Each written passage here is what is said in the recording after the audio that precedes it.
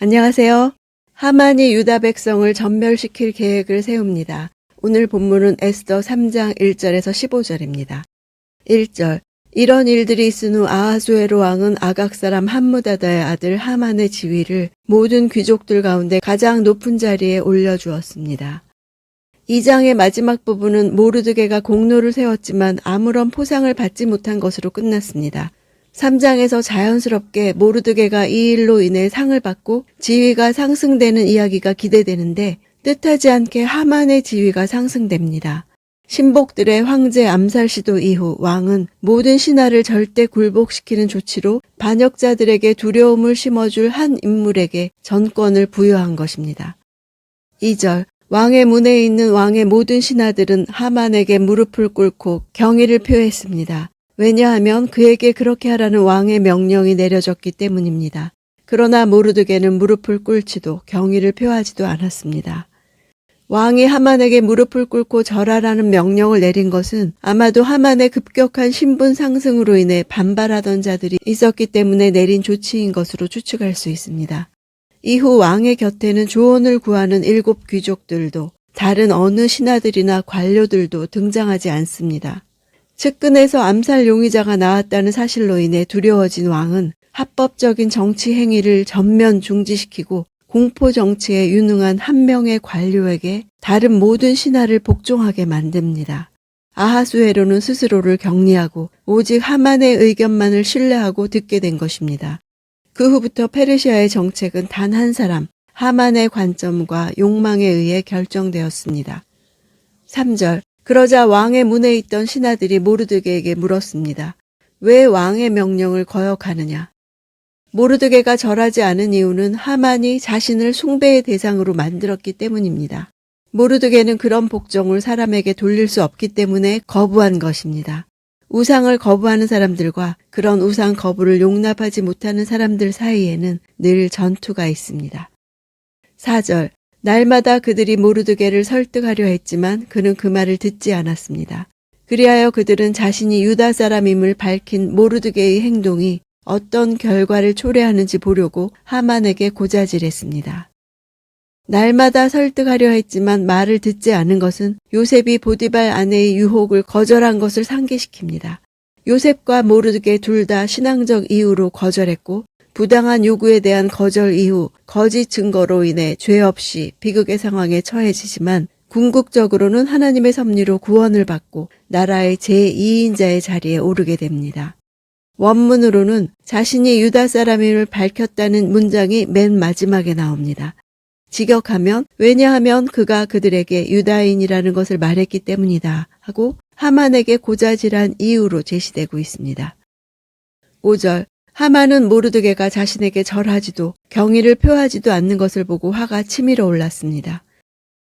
하만은 발음상 히브리어에 분노라는 단어인 헤마와 음이 비슷해서 언어 플레이가 들어있습니다. 화가 치밀어 올랐다는 문장에서 화는 뜨거움을 뜻하고 치밀어 올랐다는 가득 차다라는 뜻입니다. 과거 와스디에 대한 아하수에로 왕의 진노를 나타낼 때도 쓰인 단어입니다. 아하수에로 왕이 자신의 권위가 무시당한 것에 대해 와스디에게 분노해 법령을 선포한 것과 같이 하만 역시 모르드게에게 분노해 유다인들에 대한 법령을 선포하게 됩니다. 7절. 아하수에로 왕 12년 첫째 달 곧 니산월에 사람들이 하만 앞에서 부르 곧 제비를 뽑아 월일을 정했습니다. 제비를 뽑은 결과는 12째 달 곧 아달월이었습니다.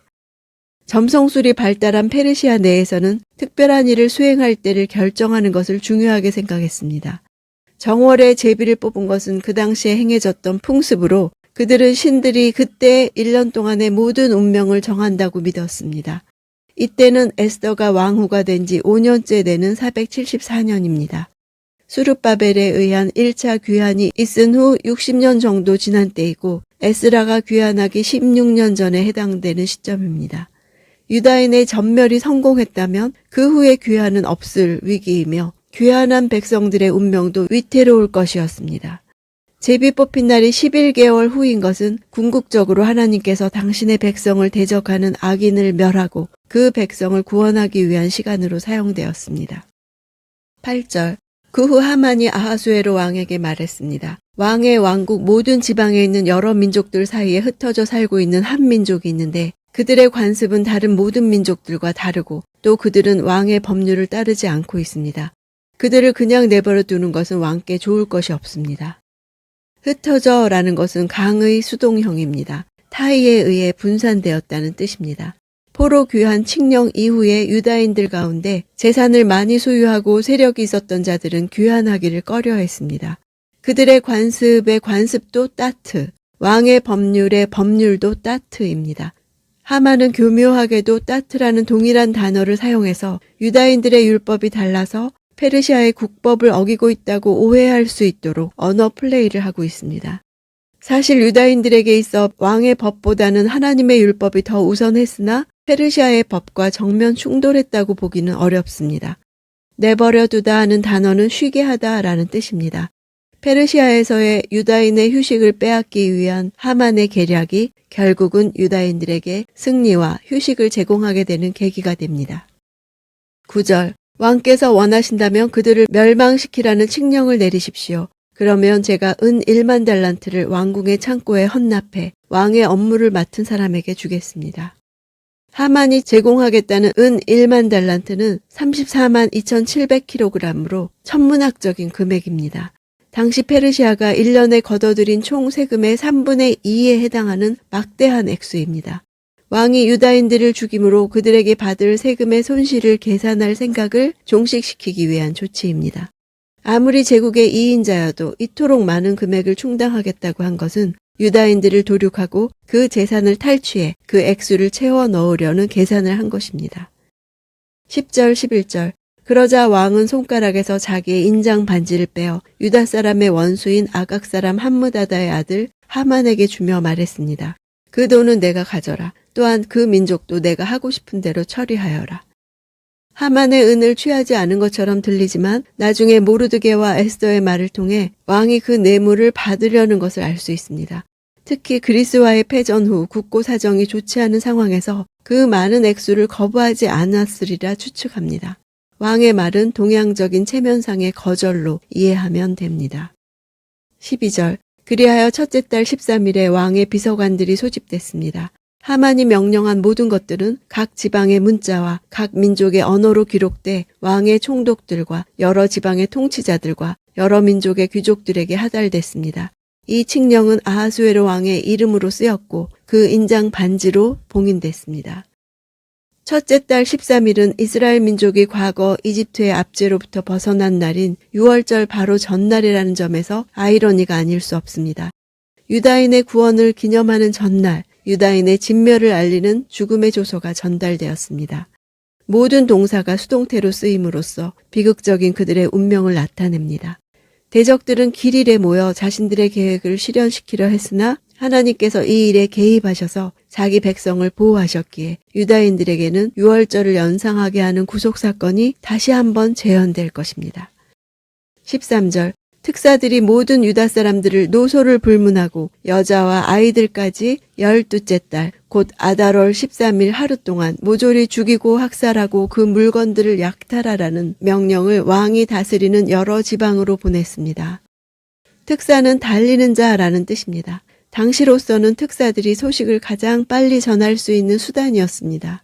특사를 통한 우편 제도는 고레스 왕에 의해 확립된 것으로 20 내지 40km 간격마다 역졸과 말을 교체시켜서 공문서를 목적지까지 전달했습니다. 전국으로 전달되는데 약 3개월이 걸린다고 합니다. 죽이고 학살하고 약탈하라는 비슷한 의미의 단어들을 3번이나 반복한 것은 유대민족을 잔해하겠다는 하만의 의지가 그만큼 분명하다는 것을 말해주는 것이라 할 수 있습니다. 당시 유다인들은 페르시아 제국 내의 소수에 불과했지만 철저한 선민의식을 가지고 다른 민족과 섞이는 것을 거부했습니다. 따라서 페르시아 제국 내 반유대주의 정서가 팽배해 있었습니다.